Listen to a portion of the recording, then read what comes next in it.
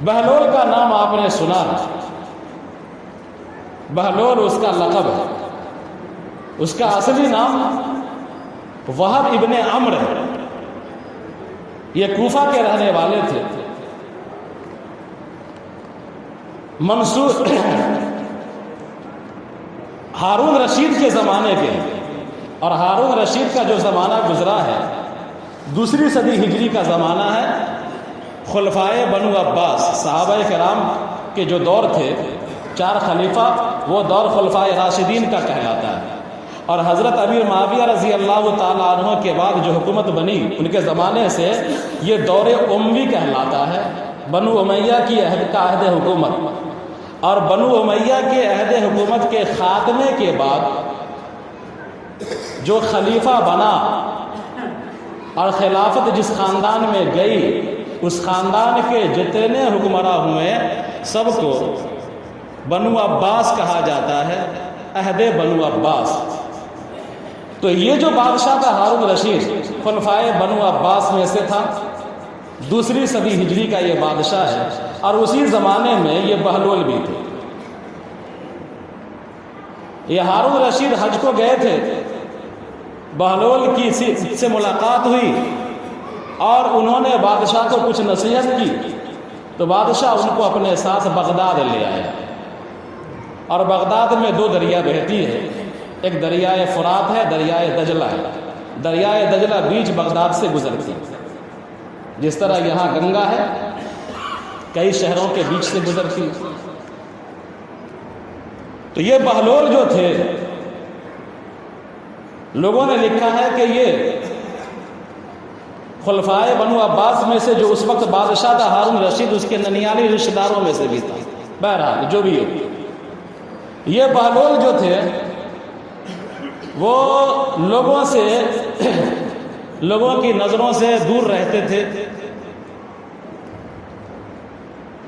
اللہ اللہ کرتے رہتے، عام طور پر دریا کے کنارے ریت پر زندگی گزارتے، چلتے پھرتے رہتے، جہاں من میں آتا وہاں پر رک جاتے، لیکن بڑے اللہ والے تھے۔ ایک مرتبہ یہ بہلول ریت کا گھورندہ بنا رہے تھے، ریت پر نشان کھینچ رہے تھے،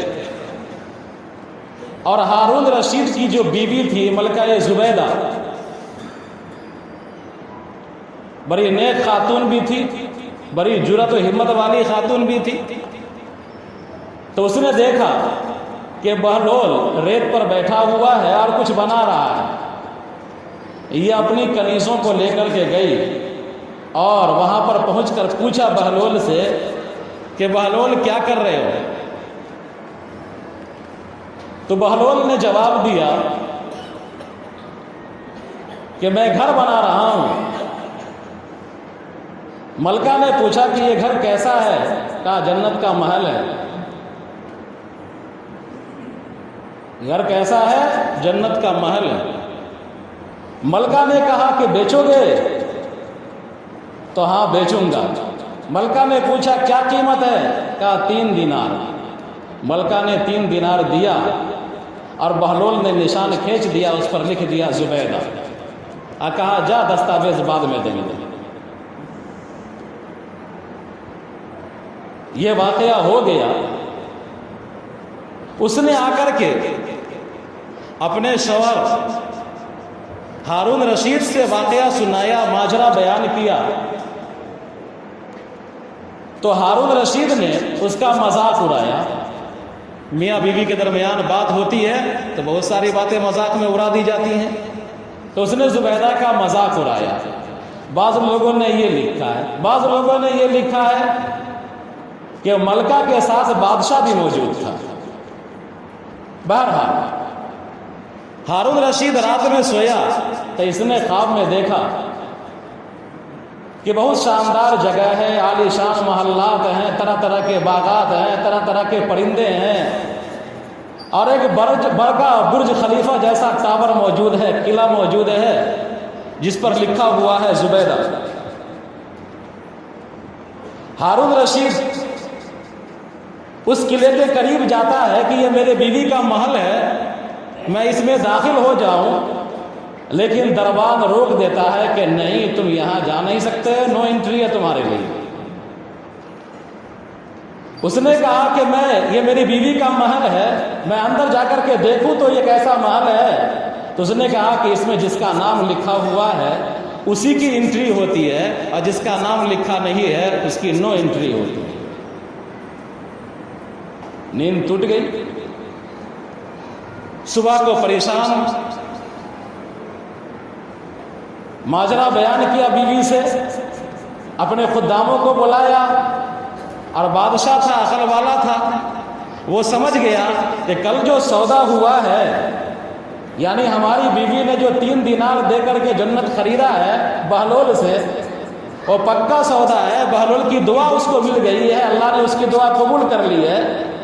اب ہم بھی جاتے ہیں بہلول کے پاس اور اس سے مطالبہ کرتا ہے کہ ہم کو بھی ایک مکان دے دو اور ہم بھی جنت خرید لیں۔ اس نے اپنے خدام کو بھیجا، جاؤ دیکھو بہلول کہاں ہے۔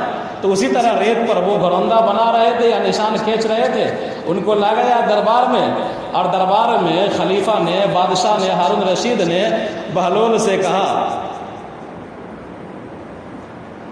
کہ جو تم مکان بیچ رہے ہو وہ مکان بیچو گے؟ تو کہا ہاں بیچوں گا۔ تو کہا کتنے میں بیچو گے؟ تو بہلول نے کہا کہ تمہاری پوری سلطنت۔ بادشاہ نے کہا کل قیمت 3 درہم تھی، 3 دینار تھی، اور آج تو پوری سلطنت قیمت رکھ رہا ہے اور پوری سلطنت کا مطالبہ کر رہا ہے۔ تو بہلول نے کہا کہ کل بن دیکھے سودا تھا اور آج دیکھ کر کے سودا ہوا ہے، لہذا آج پوری سلطنت لیں گے۔ بہرحال گھٹنوں کے بل گرا، دعا کروایا، جو ہوا ہوا۔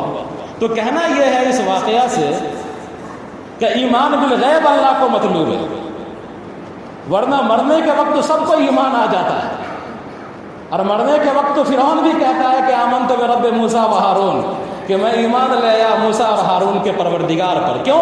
اس لیے کہ اس کو آخرت کا مشاہدہ ہو جاتا ہے۔